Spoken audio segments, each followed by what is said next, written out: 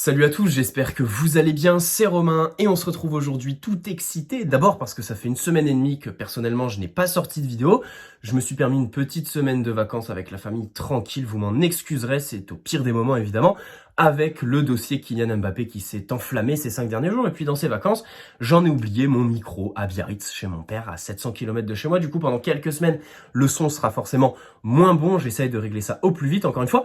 Excusez-moi. Bref, on se retrouve ce soir pour débriefer d'abord les débuts de Lionel Messi, le 4/4 du PSG en Ligue 1, important à signaler, un début de saison assez tranquille, on va dire, sur le papier, avec des équipes du milieu de tableau. Les grosses affiches arriveront lorsque la Ligue des Champions sera là, donc obligation de faire, d'empocher le plus de points possible, et surtout d'apprendre de nos erreurs de la saison passée, puisqu'on perd sûrement le titre sur le début de saison 2020-2021. Bref, victoire 2-0, doublé de Kylian Mbappé ce soir, un Neymar un peu en dedans, comme d'habitude lorsqu'il est en phase de reprise, le PSG qui s'est encore fait peur, et on va revenir un peu sur tous les aspects de ce match. On va commencer par la composition, évidemment. Alors, deux aspects pour moi. D'abord, Donnarumma, je lui aurais quand même donné du temps de jeu, je l'aurais titularisé ce soir, juste avant la trêve internationale avec sa sélection italienne, qu'il fasse ses grands débuts, surtout que, sur ce début de saison, on va pas évidemment cracher sur Keylor Navas, mais il n'est pas non plus tout blanc dans les nombreux buts que le PSG a encaissés, même si ce soir, on ne dit rien. Clean sheet, malgré un avertissement, encore une fois, sur une phase de jeu qui déplaît fortement aux défenseurs parisiens et à Keylor Navas, les centres. Voilà, le marquage, l'alignement dans la surface, le timing peut-être dans les airs, au duel pour les centraux, qui erreur par exemple ce soir, les relances aussi d'Abdou Diallo, et puis Keylor Navas qui en l'occurrence ce soir a relancé le ballon sur sa ligne, sur l'attaquant qui était dans la surface. Mais bon, c'est qu'un avertissement, on ne va pas faire les mauvaises langues, le PSG qui a fait une bonne première mi-temps, notamment en termes d'intensité. Pour ceux qui parlent de la patte Pochettino, personnellement, je fais partie des gens qui trouvent quand même que là, tu sens que sa préparation très difficile pour les joueurs, basée sur le test Gacon et tout ça, qui fait quasiment, la légende raconte qu'il y a certains de ces joueurs qui vomissent après ces entraînements très intenses. On voit que ça porte quand même ses fruits parce que même Neymar et Mbappé étaient quand même au diapason en termes de pressing. Les mouvements étaient engagés. Je pense que la métaphore parfaite à tout ça, c'est la prestation d'André Di Maria qui a été partout. Que ce soit sur la profondeur, il est venu chercher les ballons un peu plus bas, décrocher, échanger avec Hakimi, évidemment se présenter dans le dernier tiers comme un poison absolu, puisque de toute façon, son centre pour Kylian Mbappé est absolument incroyable, et puis sur la largeur aussi, parce qu'il était à droite, parfois il allait au milieu, entre les lignes, et puis parfois on le voyait même à côté d'Abdou Diallo à gauche. Bref, Di Maria, vraiment son début de saison, même si là, début de saison c'est quand même un très grand mot, eh bien il est quand même très, très affûté. On va rester sur ce mot, Di Maria très affûté, au contraire de Neymar. Alors ça, est-ce que c'est surprenant? Je ne pense pas, puisqu'à chaque fois qu'il est en phase de reprise, Neymar manque quand même de lucidité techniquement, à la différence de Verratti par exemple. À chaque fois qu'il revient de blessure, Verratti, t'as l'impression qu'il n'a pas du tout été blessé quand il revient sur le terrain. Alors que pour Neymar, c'est quand même un petit peu plus difficile ce soir. Il y a beaucoup de gens qui diront oui, il a sorti Neymar pour Lionel Messi, il aurait mieux fait de faire sortir quelqu'un d'autre. La réalité, c'est que sur les trois qui étaient titulaires devant, c'était le moins bon. Pas le pire, mais le moins bon Neymar.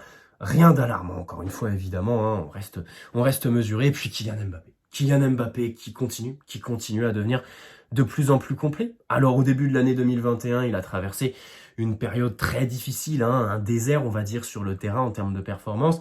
Les critiques aussi en dehors. C'était la fameuse période où il était un peu en temporisation concernant sa prolongation. Ensuite, langue de bois et puis pression sur le club, pression qui s'est avérée être absolument inutile puisqu'aujourd'hui, retour de bâton pour lui. Bref, on va pas s'égarer. Kylian Mbappé qui a tout simplement travaillé en début d'année 2020 sa finition en Ligue des Champions. Il a répondu présent, réalisme glacial à l'Allianz Arena évidemment.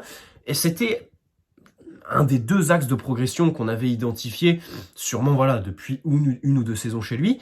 Et le second, c'est évidemment son jeu de tête. Ses deux derniers buts au PSG ont été marqués de la tête. En l'occurrence, là, son deuxième ce soir, c'est du pied gauche sur une page d'ailleurs magnifique d'Hakimi. Hakimi, c'est absolument incroyable. Petite parenthèse sur Achraf Hakimi, parce que pour moi, dans 6-7 ans, alors je me projette beaucoup, mais j'espère que je vais me faire comprendre, dans 6-7 ans, quand on regardera le projet QSI, celui qui, sur le terrain, je parle uniquement en termes de terrain, et évidemment qu'en termes de marketing, en termes de rayonnement, rien ne vaut un Lionel Messi, voire un Sergio Ramos, un Neymar et tout ça, mais je pense qu'Hakimi s'avérera être peut-être la meilleure recrue sur le terrain sportivement en termes de plus-value pour cette équipe d'ici 5-6 ans au PSG. touche-touche, on va dire, kiff-kiff, avec Donnarumma qu'on aimerait voir. Je me répète un peu. Alors, en termes d'animation, c'était pas trop mal. Au milieu de terrain, on va parler d'Idrissa Gueye. On va s'arrêter sur Idrissa Gueye qui a quand même été très très bon ce soir. Un peu de panique parfois quand il y a un peu de pressing, ça c'est propre à Idrissa Gueye. Mais en termes de récupération, il a cassé de nombreuses lignes de passe, de nombreuses contre-attaques des Rémois. C'était formidable. Et puis surtout, il a réussi à faire progresser le jeu, toujours dans le bon tempo, très actif, gros volume de jeu. Bravo Idrissa Gueye, tout comme Marco Verratti qui encore une fois a fait son petit récital du soir. Wijnaldum quand même, j'ai mis quelques réserves. Wijnaldum, c'est vrai que depuis le début de saison, t'as l'impression d'abord que physiquement il est un peu emprunté. Bon, alors là-dessus évidemment on joue la carte du timing, on va pas l'enfoncer, ni tirer la sonnette d'alarme tout de suite. De toute façon il faut attendre un peu. Peut-être qu'il suffit juste qu'il prenne des automatismes avec ses coéquipiers, parce que c'est vrai qu'il joue quand même dans des positions qui sont du moins pas très claires, et ça c'est du ressort de Maurizio Pochettino, il va falloir travailler ça. Peut-être que lui n'est pas vraiment à l'aise tactiquement on va dire. Et puis physiquement, voilà, t'as l'impression qu'il est un petit peu en dedans. Wijnaldum encore ce soir, même si en seconde mi-temps, j'ai trouvé qu'il est monté en puissance dans une certaine mesure. Voilà, les matchs de Kehrer et Marquinhos, bon, pas grand-chose à redire. Les Rémois qui en première mi-temps n'ont pas réussi à imprimer un gros pressing sur ce PSG qui, au contraire, lui, voilà, a été quand même très intense. C'est ça qu'on retiendra tactiquement de cette première mi-temps. Les nombreuses permutations, mais j'ai vraiment envie de m'arrêter encore une fois, même si le but est hors jeu. La VAR d'ailleurs qui met beaucoup de temps. On a l'impression que c'était Kanye West avec son album Donda qui est sorti cet après-midi sans son accord. Pourquoi mettre autant de temps? Pourquoi casser le rythme d'un match comme ça? Voilà, ça évidemment la VAR, on pourra débattre des heures là-dessus, mais encore une fois, but sur un centre, le marquage dans la surface, le timing dans les airs, bref, le PSG de Pochettino qui doit absolument travailler défensivement. Ça, c'est primordial pour moi, c'est le premier axe de progression, de travail tactique. Alors, il y a un motif d'espoir, c'est que la préparation de Maurizio Pochettino, selon moi à tort, a été axée sur le physique. Pour moi, une préparation estivale, tu l'axes beaucoup plus sur la tactique, mais voilà, Pochettino a préféré travailler le physique. Après, la tactique, pour moi, tu n'auras pas le temps. Quand ça jouera tous les 3 jours, tu pourras pas enfermer tes joueurs dans des salles et leur faire travailler la tactique. Il fallait le faire dès maintenant, même si évidemment, avec les internationaux et tout ça, bien sûr, ça c'est à mettre au crédit de Maurizio Pochettino. C'est très compliqué. Le PSG qui doit travailler là-dessus, mais le PSG qui gagne quand même 2-0 ce soir. Le doublé de Kylian Mbappé. Je me suis arrêté évidemment sur Lionel Messi. Alors le fait qu'il soit remplaçant au début du match, c'était un peu décevant. Voilà, en termes de symbolique, bon, on aurait pu faire mieux. Mais d'un autre côté, il est quand même vieux, il faut faire très attention. D'ailleurs, de l'autre côté, Sergio Ramos, on espère quand même le voir faire ses débuts, un de ces 4. Voilà, pourquoi pas PSG Clermont d'ailleurs. J'en profite pour faire une petite parenthèse. Je serai au Parc des Princes pour PSG Clermont. Ce matin, je me suis pris une place sur un coup de tête au Parc des Princes, Tribune Paris, assez bas. Je suis super heureux, vraiment, je suis aux anges, j'ai vraiment trop hâte. Voilà. Donc Sergio Ramos, on attend de voir ses débuts. Et puis Lionel Messi, bon, ce soir, on va pas tirer grand-chose de ses débuts en Ligue 1. Il s'est acclimaté, voilà, il a fait quelques petites courses et tout ça. Et puis s'il ne pouvait pas démarrer, évidemment que ça se comprend. Voilà. Je pense avoir tout dit sur le PSG de ce soir, le PSG de ce début de saison qu'on ne jugera pas évidemment. Maintenant, place à la trêve internationale, l'un des pires moments pour tout supporter du PSG et de foot en général parce que c'est l'ennui, le néant total. Mais c'est comme ça, on les retrouvera contre Clermont au Parc des Princes samedi 11 septembre à 17h. Clermont qui est une des surprises, une des équipes les plus plaisantes, on va dire, à voir en Ligue 1 cette saison, cette Ligue 1 quand même, qui est très intéressante et qui promet, voilà, pour cette saison 2021-2022, il faut le dire. Alors, excusez-moi, je suis un peu malade. Voilà, pour moi, les meilleures vacances, c'est quand tu rentres fatigué, mais tu sais, la bonne fatigue parce que tu as vécu à 100 à l'heure et un petit peu malade, un petit peu enrhumé. Je pense que ça s'est entendu. Bref, j'arrête de raconter ma vie. Mardi, ce sera la fin de ce mercato et selon Julien Ménard, si Kylian Mbappé doit signer au Real Madrid, ce sera dans les 24 dernières heures du mercato. Personnellement, depuis le début, ma position n'a pas changé.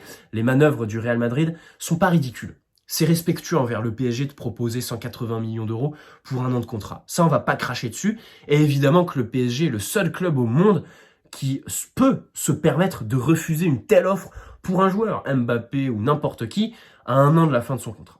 D'accord, là-dessus, pas de problème. C'est très respectueux. Voilà, pas de problème. Mais attention, de l'autre côté, ils le savent très bien qu'au Qatar, on n'en a rien à branler de 180 millions d'euros. D'ailleurs, l'émir en a rien à foutre du dossier Kylian Mbappé, puisqu'il est en plein dans la crise avec les talibans et tout ça. On va pas s'aventurer là-dedans. Mais l'émir au Qatar a la tête à tout ça. Donc, toutes les informations qui disent que c'est l'émir qui gère, personnellement, j'y crois absolument pas. J'y crois absolument pas, puisqu'il joue un rôle absolument primordial. Voilà, en Afghanistan et tout ça, avec tout ce qui se passe, on sait tous, hein, la situation très délicate. Donc Kylian Mbappé géré par Leonardo et Nasser Al-Khelaifi qui, je pense, tiendront le bon bout jusqu'à la fin et Kylian Mbappé qui restera pas à contre-cœur. Voilà, on l'a encore vu ce soir, sa rage après le premier but, elle est belle quand même. Tout ce qu'on peut lui reprocher, c'est évidemment sa communication absolument désastreuse. Voilà, c'est tout. Je pense d'ailleurs que le Real Madrid, de toute façon, est venu dans l'optique de faire des offres. Alors bien sûr, il y a à prendre en compte la dimension médiatique, puisque toutes les offres, toutes les négociations, on est au courant de tout, voilà, que ce soit de sources espagnoles ou françaises, tout sort dans la presse. Pour un dossier comme Kylian Mbappé, c'est quand même assez, assez intéressant à analyser. Et évidemment, derrière tout ça, la seule manigance du Real Madrid, c'est de faire tout filtrer pour l'année prochaine, dire bah oui, on l'a recruté librement, parce que l'année dernière, le PSG refusait. Voilà. Sachez qu'aussi que je crois, selon Marca, alors c'est pas une source très très fiable, Kia Jorapian a été, je crois, appelé pour jouer les intermédiaires entre les deux clubs pour faciliter les négociations. Ça pourrait éventuellement contredire la thèse que j'ai émise. Voilà, à savoir, le Real Madrid voudrait absolument le signer cet été pour éviter de se mettre le Qatar, Nasser et Al Thani à dos, et surtout pour éviter de vivre une saison avec l'épée de Damoclès d'une prolongation de Kylian Mbappé au PSG, parce que ça, on l'oublie pas. Et évidemment, avec le dossier Neymar, on peut, tout imaginer depuis cette fameuse prolongation de Neymar qui est revenue de nulle part. Voilà, j'espère que ce débrief vous aura plu.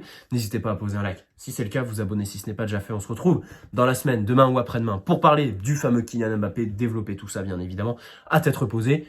Bonne soirée à tous, à la Team Notif. Bonne semaine à ceux qui regarderont ce match, évidemment, demain matin au réveil ou dans la journée. Ciao.